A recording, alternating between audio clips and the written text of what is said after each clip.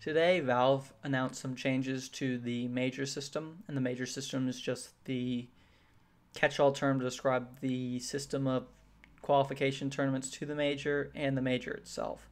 So, in this video, I just want to go over these changes in sort of a broad view and just go over what I think the major system is good at and bad at in general, and then sort of talk about what these changes actually do in terms of affecting some of the negatives of the major system and how I think really the core issues with it aren't solved by these changes in any substantive way and really isn't a super effective change generally. So I guess the first place to start is talking about the old system. So as we all are probably familiar with now, it was a three-tiered system. There was the minor, the main qualifier, and the major, and then there was the online qualifiers for the minor. But yeah, the minors were like 4 regional tournaments, like full tournaments where the top 2 teams, not half the teams, but the top 2 teams from each minor would attend the main qualifier or get invited or get qualified to the main qualifier.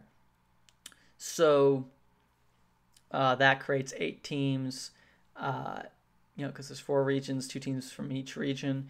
That creates 8 teams. They get combined with 8 teams who participated in the last major but didn't actually make the playoffs of that tournament. So that's 16 teams. Then that's like a half tournament where it's just like the group stages or later Swiss systems where half the teams are eliminated and half move on. Now those 8 move on, join with the 8 who made the playoffs the last major, and you have a 16-team tournament, and that's the final product. The MLG Columbus major, the ESL 1 Cologne 2016 major, the E-League major, the MLG Columbus major. That's sort of just the process, right? Now, what's really good about this system is that it avoids this sort of core problem at the heart of how teams get sent to tournaments currently, where tournament organizers either have to do one of 2 things and both aren't great, and you can argue which one's better. One is they could just invite teams, which is fine because that can be okay if you make really good decisions and you're really fair. That could be okay, but yeah, there's definitely some scenarios where there could be nepotism or corruption or the influence of capitalistic impulses could lead you askew. You could be looking at 2 teams, say, in the first quarter of 2017, be looking at Gambit and Cloud9. Gambit seemed like a better team than Cloud9, but Cloud9 has more fans, so you might be tempted, or you might actually invite Cloud9, even though that doesn't produce the best Counter-Strike, or that doesn't reward the best teams. It's a little unfair. Or it could be a scenario where you're someone connected to an ES Force or a WISA or a Refresh, where you have sort of vertical integration across the industry, where you're connected to teams and organizers and leagues. And say an organizer is who's connected to WISA, is looking at 2 WISA connected team, or let's say 1 WISA connected team and 1 non-WISA connected team. They might be tempted to pick the WISA team, which is also, corruption, nepotism. Same thing with ES4, same thing with Refresh. Or you could just be incompetent and just think like, Optic's the 3rd best team in the world, I'll invite them to this 4-team tournament. You could just be some hella Call of Duty fanboy who likes Optic. This could be, you just be incompetent. So invites are not great in that respect. They're okay if you're responsible, but they can obviously lead to pretty unfortunate scenarios. But the other one is obviously online qualifiers, which can also be problematic because, online and offline results don't often or can be very differentiated. You can have be of one skill on one realm and a very different skill in a different realm. So using online results to justify who plays offline can be equally problematic, but there's, you can't have corruption because it's just competition at that point, so that eliminates that problem, but yeah, it's still flawed. Now the best way to do this would be to do what the major system does, is use offline results to determine who participates at your offline tournament. And you probably don't want to use like old tournaments like your tournament from 6 months ago or your competitor's tournament. You want to use the most recent offline results. So you hold your own offline qualifiers. This is like the best possible way to determine who gets to participate at your tournament. And the fact that E-League has like not E-League, but Valve has this double offline qualifier system with the minors going into the main qualifier, going into the actual major, is like just doubly fantastic, right? It really makes it a fair system, right? By having these double qualifiers, there's no weird scenarios that can develop. There's no nepotism. There's no, it's just pure competition, and the competition's pretty fair, right? It's just offline qualifiers. Now, you can talk about seedings and formats and stuff like that, which can be flawed, right? But generally, it's a very, very good system. But the problem with this system is really twofold. One is that, like I said before, you use old Valve major tournaments to seed future Valve major tournaments. And because, like in the past, when there was 3 Valve majors a year, or now when there's 2 Valve majors a year, there's a significant gap in time between these tournaments. There's too long of a gap between these tournaments. So using a tournament that takes place in July to determine who gets to participate in your tournament in January can be pretty suboptimal. I think we look at Big right now as like, does Big really deserve to be considered a top 8 team at this next major? I mean, they haven't done anything since they placed top 8 at the PGL major, and that was sort of with fluky circumstances with the bug and them playing the same map every game in the Swiss Inferno 3 times in a row. So yeah, that's a big flaw in the system. The other big flaw is that there's these two factors that come together create this pseudo roster lock. One factor is that there's a lot of time between these qualification stages, between the online minor qualifier, the minor, the main qualifier, and the major itself. So there's a lot of time there, and there's also this rule that says if you participate in a previous stage of the major system with one team, you can't participate in a latter stage with a different team. So if you participate in the minor qualifier with Team A, you can't participate at the minor with Team B. If you're Steel, who wants to participate in the minor qualifier with Immortals, you can't then participate at the major with Team Liquid, which creates problems because it's like, yeah, a pseudo roster lock. Your Team Liquid, you're looking after, you say, okay, Stanislaw and us had some huge falling out. We can't have him on the team anymore, or maybe we just don't think he's a good fit anymore. Who can we pick up? Well, we can't pick up any of these players and then use them at the major because they've all participated at the minor or the minor qualifier. You have to really go to a low level or pick someone up better, which maybe they're unable to do, who wouldn't have participated at the minor or the main qualifier or the minor qualifier, the online one. So yeah, they might have to they could pick up a player that makes the best team for them, but means they can't field the best possible roster for the major. And you want the major, the Valve major rather, to field the best competition, right?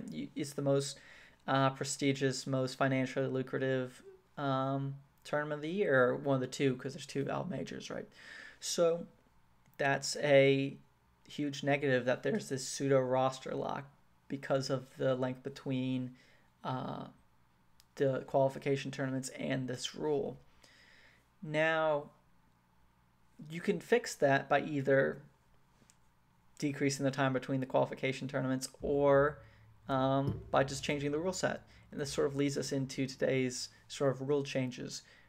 What happened today was basically the former of those two options, that they just decreased the time between the main qualifier and the major by combining the main qualifier and the major. Now, there's still the minor and there's still the online qualifier for the minor, but the minors, I should say. But now that there's instead of the main qualifier, the group stage of the major and the playoffs of the major, now they want to rename everything in sort of this Orwellian twist. They want to call the main qualifier the new challenger stage, the group stage for the major, the new legend stage, and the playoffs of the major, the new champion stage. So, and then the times actually are really short between these stages. They're the new challenger stage is 12th through 15th of January. The new legend stage is 19th through 22nd. So 4 days between those two stages, and another 4 days, January 26th to 28th for the new champion stage, which is the playoffs. So huge decrease in the time between the main qualifier and the major, which is in one sense a good thing. So the first positive of this change, talking about positives, negatives of this change, it decreases the period of the pseudo roster lock, which is great, because now teams can maybe have a better chance of fielding the best rosters at this certain tournament, or not make bad changes on their team in order to have a good roster, or the best possible roster for the major, but not the best possible roster overall. So changing this interval, shortening it, very good thing. The other good thing about this change is that they're adding, because it's all one tournament now, all the teams that would participate in the main qualifier now are going to get the sticker money, which, if you like players getting money, if you want to buy stickers of players who probably wouldn't make the actual major, that's a good thing. It's a good thing for you, and it's a good thing for these players. The money's good, I guess. But I think there's a lot of issues that arrive when you do this. So the place I'm going to start is actually the minors. So before there's this issue with the minors, this complaint came up a lot, is that it's actually really unfair the way the Europeans had is an equal number of slots into the main qualifier as everyone else, because Europeans are clearly the best region, the most competitive. They produce much stronger teams than other regions, especially in comparison to, say, the Asian region. So they should probably get, say, 3 spots instead of, they should get 3 spots, and Asia should maybe get 1 spot instead of Europe having 2 spots and Asia having 2 spots. But really what this change does is it doesn't fix this issue with the minors, and it actually exacerbates this issue, because now actually just getting to the main qualifier is much more significant. Before, getting the main qualifier, okay, what big deal? You get to the main qualifier, a little bit of exposure, maybe travel money, maybe some prize money if you do well. I'm not exactly sure how that works. But it wasn't like getting to the actual major, which is the big payday because of the major. Now, just getting to the main qualifier is a much bigger deal. And the Europeans are actually just getting even more screwed, right? Or the better regions, if you want to divide the rate, if you want to stack or rank the 4 regions, the best 2, really, the 2 leading regions probably, Europe and the CIS or Eastern European regions are actually getting more screwed over by this change. Or I don't know, maybe Europeans are should have more spots, and every other region is sort of getting too many spots. But this is that just makes that problem worse. And then the other problem it introduces is this simple thing, like I was saying before. It just makes getting into the major easier. It decreases the prestige of actually, quote unquote, making the major. Before, when you had this double qualification system, it actually made attending the major like this really intense gauntlet thing, and it was like a really big deal, and you sort of really earned the money, the prestige by attending that event. It made it very worthwhile, very rewarding. Now that's sort of gone away, and now there's this discontinuity in between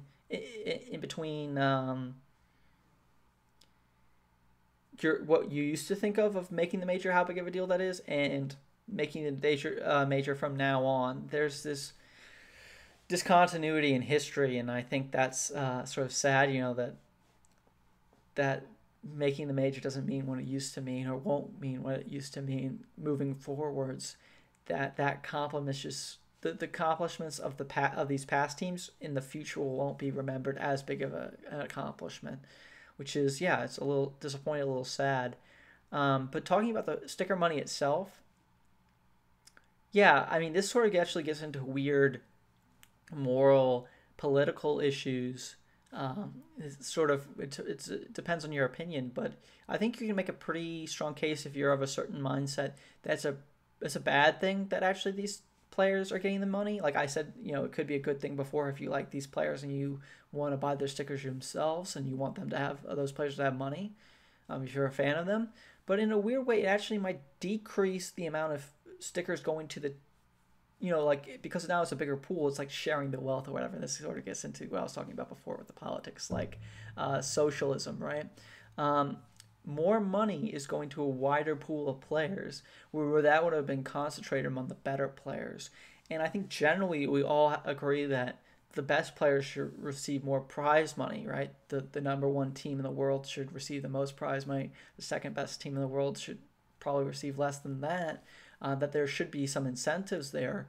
But yeah, depending on your point of view, it could actually be a bad thing, because like probably all these teams that will probably make between top 16 and top 8, the teams that don't advance to the playoffs of the major, or won't advance to the new champions stage, probably going to end up earning less money, and probably maybe even the players who do very well probably won't earn the same amount. Maybe you would have won. Maybe that money just in all scenarios is just going to be diffused. It's just going to be diffused over more people, and that might lead to better players earning less. So that could be an issue. Another issue I see is just, yeah, I don't like that this sort of Orwellian thing where you have to pretend that the new challenger stage is not the minor, because the top teams aren't actually participating. The teams that E-League has decided, or not E-League but Valve has decided are the top teams via their Legends system, aren't participating in this new challenger stage.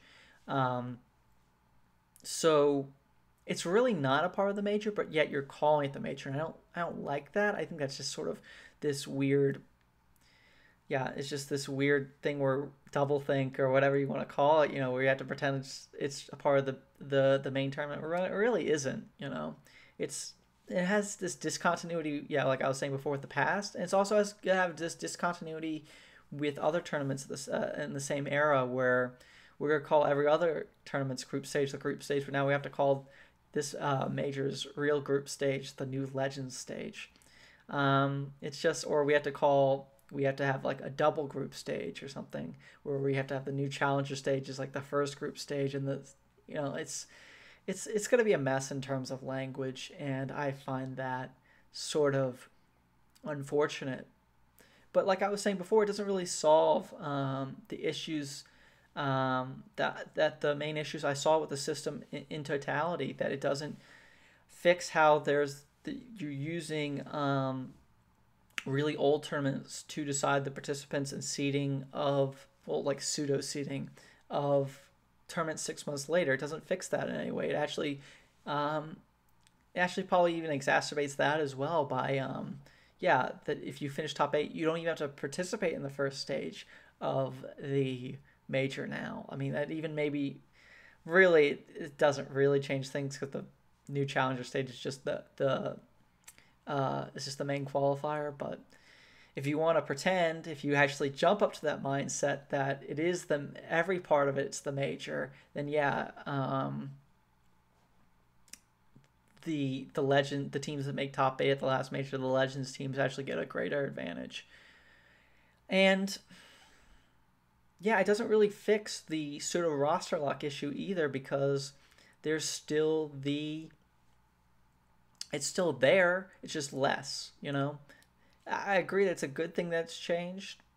That it's less, but it's still there. You could. I think you need to, Valve at some point is going to have to make a more substantive change to the rules, so the pseudo roster lock thing is just eliminated completely. Like, my suggestion might be just say, uh,